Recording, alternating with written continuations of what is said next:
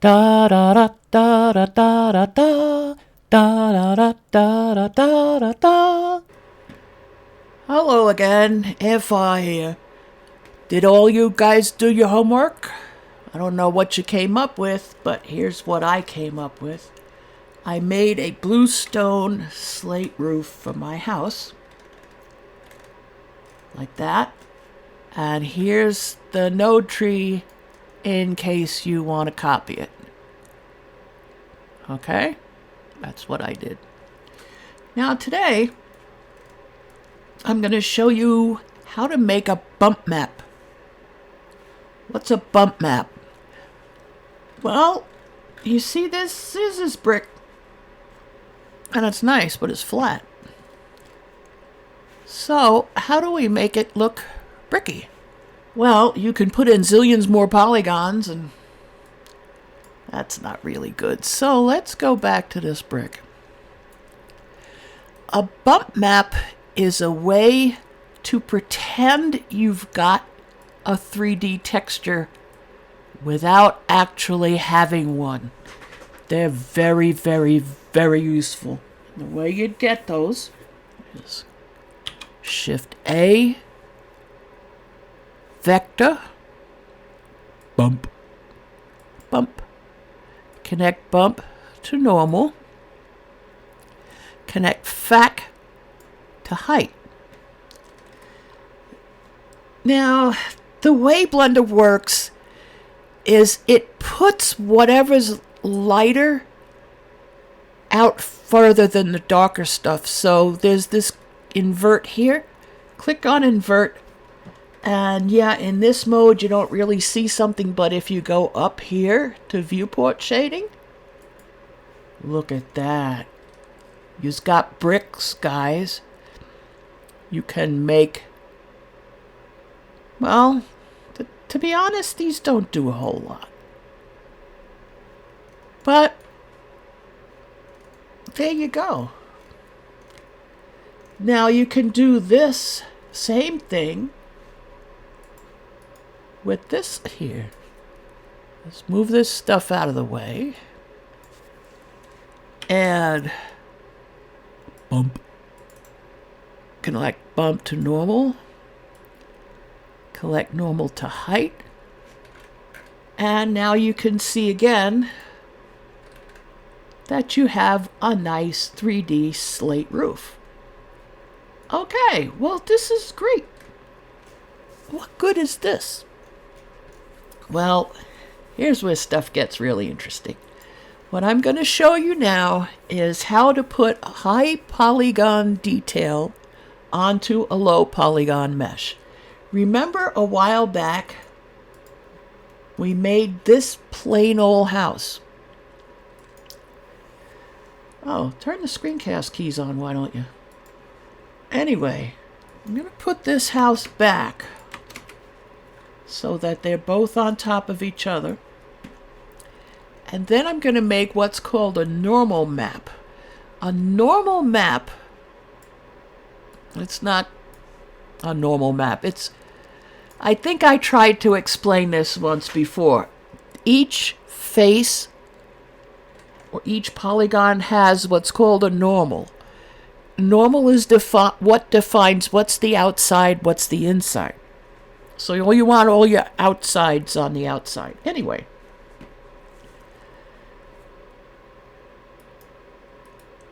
I'm clicking here on my low poly house, and you can either click it by clicking wherever, say where this is not, because I didn't put stairs on the low poly one, I should have probably, or you can just click here. Go into edit mode and go back to select all and Smart UV. And yeah, I told you this was going to be useful. Anyway, this is where we are now. Now, to make a normal map or a bump map, we need to have something to put that map onto. So I'm going to go over here to New. I'm going to create an image And I'm going to call it bump map. And I'm going to spell bump map right. Watch that. Now, you can make a little image, you can make a bigger image, but the bigger the image is, the more detail you're going to get. But then you're going to get your boss complaining about, oh, it's much too big. Yeah, right. Okay. We don't need alpha. That cuts your file size down a lot. And I'm just going to make that a mid-gray. You can make it any color you want. The entire thing's going to be written over. And now I have the the way I'm doing this is I'm holding the middle mouse button down and moving it back and forth. Now I am in image editor. I'm in UV editor. Doesn't matter. Anyway, the next thing you do is tricky, so be sure you pay attention to the steps. I will put a link to the video I learned this from, and you gotta pay attention, but it's worth it. Here we're going to get the low poly house, and we're going to put a material on it. The bump map. For this, since we're using an actual normal map instead of just bump, I'm going to put normal map. And it always works with this lavender. Why? Well, I don't know. Now I have to tell it which normal map to use. So A, texture, image texture. Click on this thing here and click bump map. That tells it, I want you to draw the bump map on this. Now it is of supreme importance to select this and make sure it's the only thing you've got lit up in here. Just bump map. Okay? There we go. Now,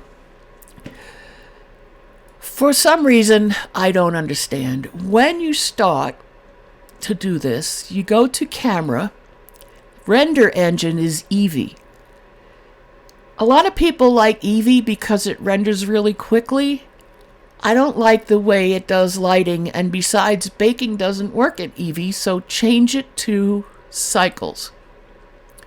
Now, once you've done that, you'll notice under here, bake, right here. So click bake. Bake type, in this case, is normal. Selected to active. Open this up. We're not using a cage. I can show you how to do that some other day. There's a lot of trouble. Extrusion, just set it to 0.5 or something, because it's going to fake extrusion out up to the limit you just gave it. So if I were to pretend I had a TV aerial on here and I didn't give it enough, tell it it could go enough to grab that aerial, it would draw it to here and then stop, which is dumb. Now we need to go selected to active. So let me check. Select the detailed one. There. Then shift select the low res one and click bake. It's going to give you this circular dependency for bump map. I don't know what that means, but it does it.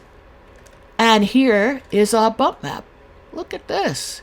Here's all our bricks. Nice bricks. Now, what it does is it does the shadows too. There's ways around this, but we don't need to deal with those right now. But here, look at this. We got bricks on our low poly building, and we still have low poly. Well, that's all fine, but suppose we want the color too, because Of course we want the color. So, again, input, texture, image texture. Hey, pay attention. Texture, image texture. Now we haven't made one, so let's go back up here. Oh, and save these images so you can use them later on. And I'm going to change the name of this to bump map, because otherwise you have to use quotes and it's annoying. Click on new file, these file folders here. Color map, I'm going to call this one. And this is another, I'm going to make this bigger just so you can see what the difference is going to be. Now you can type in, I want it twice, you can type in 1048 if you know it's going to be 1048. If you just want it twice as big, you say times 2, and it does it for you. Times 2. Now, watching me do this, I trust me, there's nuns out there with metal-edged rulers rising from their graves to come kill me that I couldn't do this in my head. And I can do it in my head, but, color map. There you go. I made a color map. Then you go down here. This little thing picks whatever you've got. Pick color map. And do the same thing again. Except change this to, where is it? Diffuse. And everything else is good. And bake. And it's going to give you, circular dependency. I don't know what to do. Now, since this is bigger, it's going to take longer. What can I tell you while this is working? Save your file. Save it now. Save it 2 minutes from now. Save it when you get in. Save it when you get out. But, see, this is taking a while. I'm going to pause and come back when it's done. And here we are. Look at this. It looks... Well, let's take a look. I am going to go to edit mode, object mode. And I'm going to move something out of the way. No, just select one thing. Hey! Get lost. And here is our low poly building with high poly detail. It doesn't quite match up, I know, because the bump map and the color map are 2 different sizes. You shouldn't do this, but I thought I'd show you, so there you go. But anyway, here we've still got, let's see, edit mode. We've still got only 675 faces, object mode, but we've got all the detail, even these little bits, that are in the high poly. Ain't that great? Anyway, I should mention that doing this way preserves shadows, which you can see. It also doesn't deal with glass colors very well. So if you want this to have the same glass as that, you can just go into edit mode. Make, you got this material, and this is here, color map. Color and bump. And then you could make a new material and call it glass. And you can make it glassy. Glassy. I always put a little bit of metallic on glass to help it do what I'm thinking of. To help it just have nice reflections. Transmission all the way up. And alpha pretty much all the way down. So to 0.1 maybe. Hey, 0.1. Then you just click that and assign. And that's got assign, glass, assign. Yeah, always remember to choose the glass and then assign it. And there you got your glass. You can mix it up. You can not mix it up. You can do whatever you like. But you still have now a very low poly building with very high poly detail.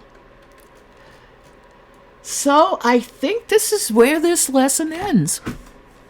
Now you have everything you need to know to make high poly buildings and low poly buildings. And like I said, just play with everything. Play with all the buttons.